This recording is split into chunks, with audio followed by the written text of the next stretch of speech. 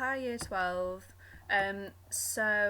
Welcome back to your next revision session. We have finished with James now, and we are moving on to Charles. So today's revision session is going to be a recap of a lesson that we did that focused on an introduction to the character and personality of Charles I. What I should have done at this point, I haven't actually done this yet, so I'm saying this with like a slight apprehension in the hopes that it'll actually work. I should at some point today have put a quiz on Teams for you to complete. I've never made one of these before, and I'm not overly good with technology, so there's a large chance that it won't work. But just as a heads up, I should at some point today put a quiz on Teams for you to complete. And I think it gives you like a week-long window to do it. So I'm going to have a mixture of James questions and early Charles questions on there that I would like you to complete. So fingers crossed by the end of today, at some point you'll have a quiz to try. Okay, so we're focusing on Introduction to Charles first. Early problems that Charles faced after the death of his father in 1625, and we're assessing to what extent Charles's character affected his ability to govern the country. So, the accession of Charles I in 1625. Generally, Charles's accession to the throne in May 1625 seemed to make little difference. James had not left England in the best of states, particularly as he was coming to the end of his life. James was pretty much bedbound for the last period of his life, surrounded only by his favourites, little interaction with Parliament, and very little was done in terms of policy. James was very much a recluse, hardly left his bedchamber, and just sort of surrounded himself with his precious favourites, mostly Buckingham, really. There was many unresolved issues, meaning that essentially it was Charles that was left to pick up these pieces once James died. However, it became rather quickly, it became apparent that there were fundamental differences in the way that James ruled in comparison to the way that Charles was going to rule. So, get these points down for me, please. To start off, we're going to think about the legacy of James and the implications that this would have on the accession of Charles to the throne in 1625. So, the main issues are relations with foreign powers, religious issues and divisions, and relations between Crown and Parliament. So starting with foreign policy. At the time when James had died, England had not declared war on Spain, but their relationship was particularly strained at this point. Charles and Buckingham had returned from the Madrid trip, and they no longer had love on the mind. Instead, they had war on the mind. They felt as though that Spain had embarrassed them by leading them on with the Infanta and the way that they were treated once they reached Madrid. But we know that James did very little about that, as he desperately did not want to enter a war, particularly with Spain. But that doesn't necessarily mean that Charles is going to behave in the same manner.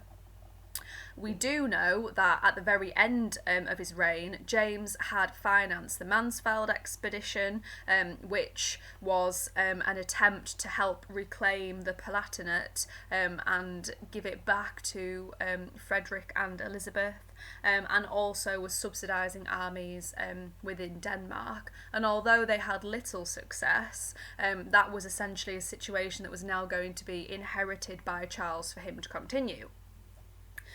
Secondly, religious issues and divisions.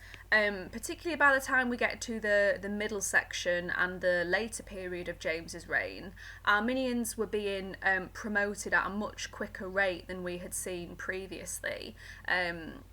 We know that James favoured Arminians, not necessarily for their style of worship, but mostly due to their strong feelings towards the crown being the head of the church, and strong feelings towards the royal prerogative, which obviously James very much needed that support in terms of using his royal prerogative, because he felt that was his right to do so, and if there was a religious group that was going to support that, then clearly that would be good for the crown. So we start to see Arminianism definitely being on the rise towards the end of James's reign. Puritan voices were still being heard at court, though, as I've said probably 1,000 times. Although the Puritan faction is often a small faction, they're a very vocal group, very passionate, sometimes quite hot-headed group. And again, this group is slowly, over the course of time, starting to dominate court and dominate Parliament. There were concerns regarding Catholic success in Europe and the impact that this would have on England. The 30 Years' War was going terribly for Protestantism, as we know, although James didn't really understand it. The 30 Years' War was a war of religion, and it was a war regarding the balance between Protestant states and Catholic states, and the Catholics were indeed excelling within the 30 Years' War, and the people of England were becoming very concerned about the impact that might potentially have on them, and how the powers would shift, and would Catholicism become a dominant force again. And finally, relations between Crown and Parliament. James had been clumsy with his handlings of Parliament. We know that. We did that in the last revision session, where we looked at several disagreements regarding the royal prerogative and parliamentary powers, and how it was often that resulted in James dissolving Parliament. Essentially, Parliament and James didn't overly approve of each other, and for several different reasons they got off to a bad start, and then that got worse over time. But I think the word clumsy is quite a good word to describe James, because we do have numerous examples to suggest that in some respects James did try to handle parliaments. He did try to negotiate with them. He did include them in some of his policy making, and there was an element of, you scratch my back, I'll scratch yours. I understand that you are here and you are necessary and your voice needs to be heard. With, I think it was last lesson, where we looked at the quote from James where he said, "I'm forced to put up with what I cannot get rid of," and which was essentially him acknowledging that although he didn't like Parliament being there, he knew that he had to have them because he couldn't get rid of them. They were forced upon him. So James often did not appreciate his parliaments, but he accepted that it was a necessary part of the political system. He knew why they were there, and he knew that to some degree he had to work with them.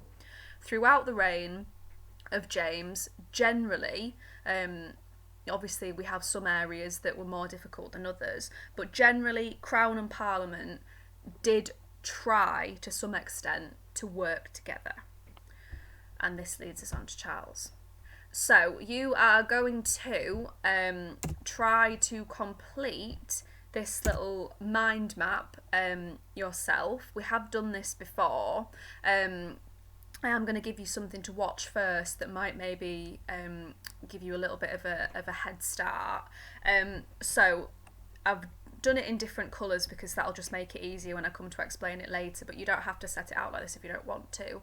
So anything you can remember about the fact that Charles was quite well known as being a loving family man, that he was very cultured, anything about his shy personality, his stammer, his obsessive behaviour with regards to order and decorum, anything about his personality in terms of the fact that he was inflexible, disliked negotiation, and then the last one, anything you can remember about his Arminian tendencies and his belief in the divine right of kings.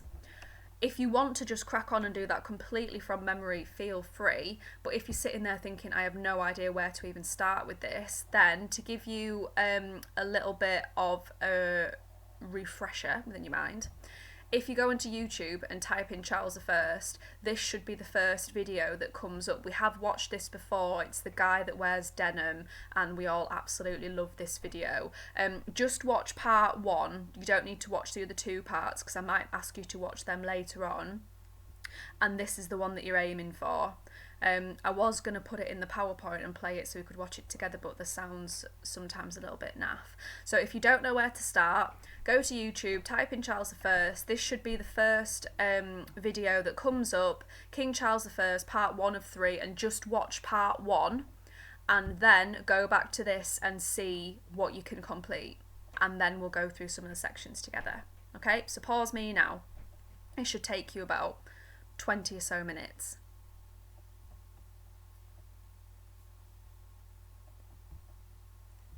Okay, let's start off with the first one then. So please add anything to your mind map that you didn't manage to get down the first time. Some of these boxes are quite,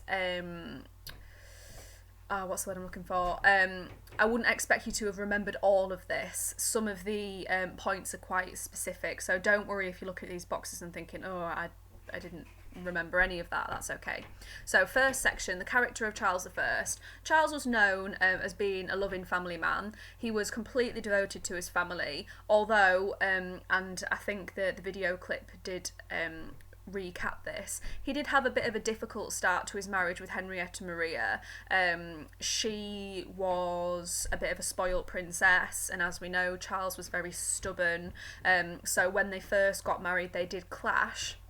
In fact, she actually goes and lives in a separate castle to him for a period of months when they first get married, because they are just not getting on at all. She didn't really like England. She was a bit shocked when she got there. She thought that she would be living this really royal, regal lifestyle, and apparently one of the first bedrooms that they put her in had a leaky ceiling or something like that. I remember reading somewhere, and she cried and she wanted to go home. So they had a bit of a tough start. However, over time, with one particular event that we'll do over the course of the next couple of lessons, with the death of someone very important, the relationship between Charles and Henrietta Maria turns into a warm and loving one. They have 7 children, and the eldest was named Charles.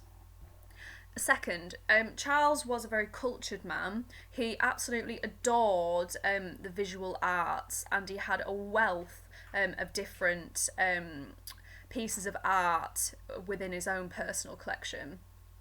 One of the important points to note is that Charles had a particular flair for Catholic art.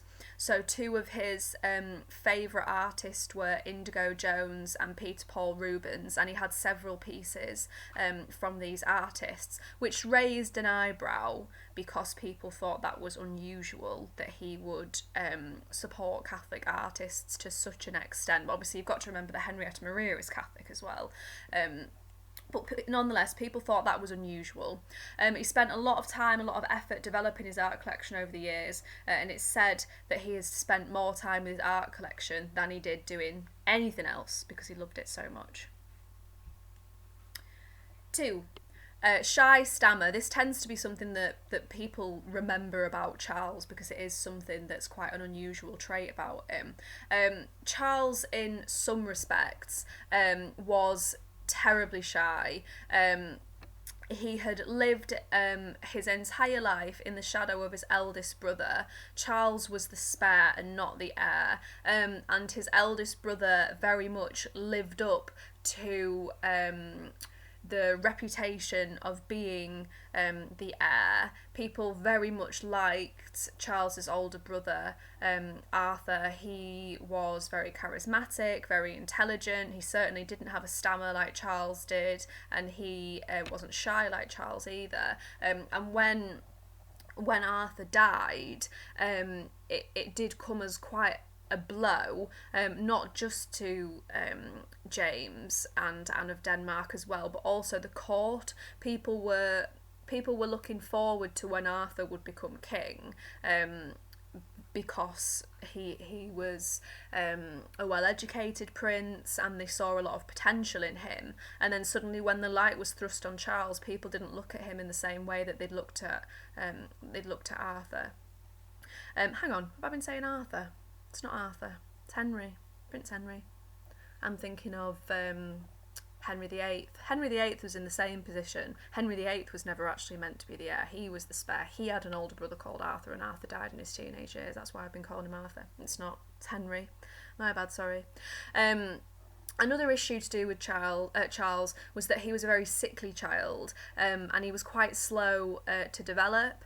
He had a stammer, which became more pronounced as he got older. It was something that he really hated, and he found it difficult to look people in the eye and to address people. This becomes problematic when Charles becomes king, because sometimes when discussing particularly difficult or controversial policies, Charles would obviously be anxious about it. The more anxious he was, the more pronounced his stammer would be. So then sometimes, to avoid embarrassment, he would send someone else to Parliament to speak on his behalf, and that would then infuriate Parliament, because that then gave off the impression that basically Charles couldn't be bothered to go, whereas it wasn't a case that he couldn't be bothered to go, it was just that he was sometimes a bit too embarrassed. But we do also have other pieces of contemporary evidence from MPs during his reign that said, on the occasions where Charles did go to Parliament and speak,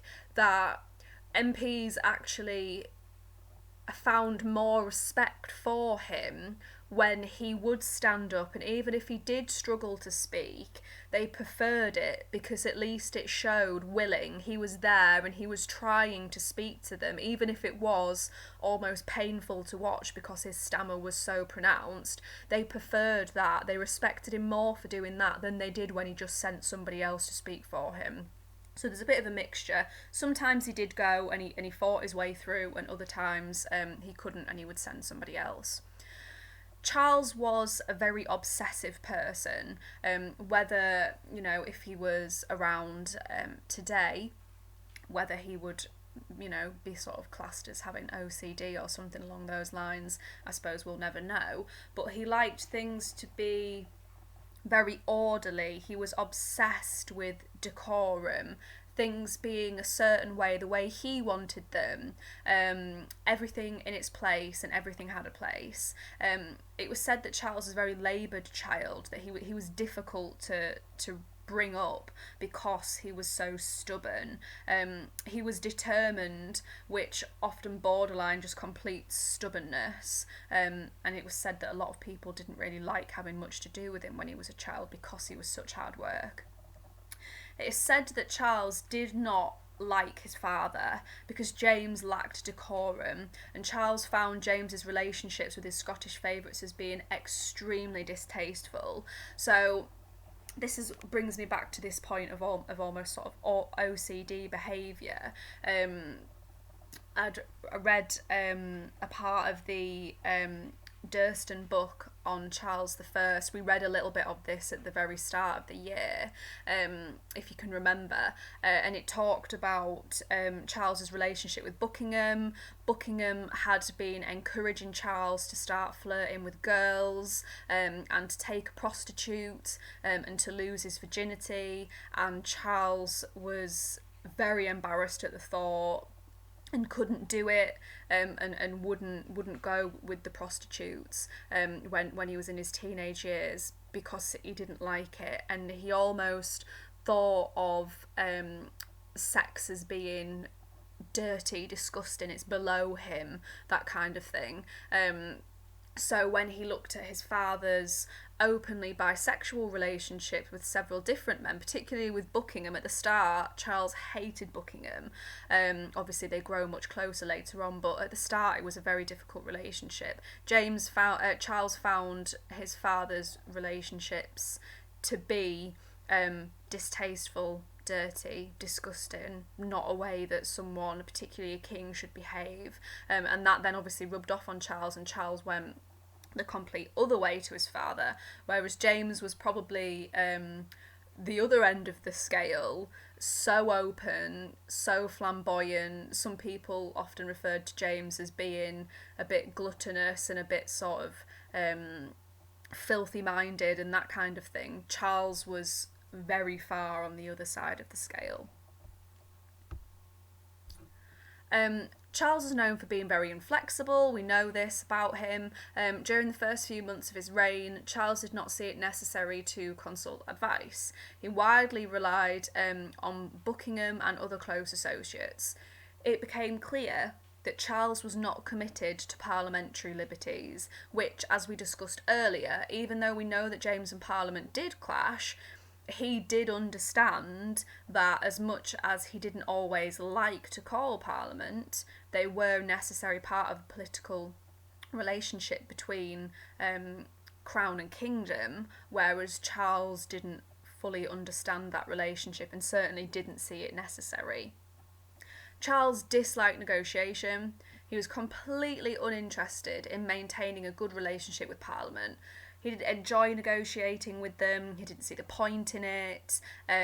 He certainly thought that it was below his royal prerogative to ask for permission to do certain things.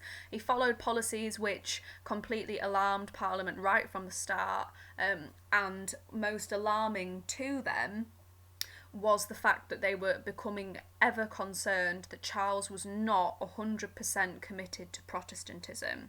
So if we think back to James, a lot of James's foreign policy and religious policy raised an eyebrow, and it raised concern that James was sympathetic towards Catholics. Not that James was a Catholic, but that he was more sympathetic than previous monarchs had been.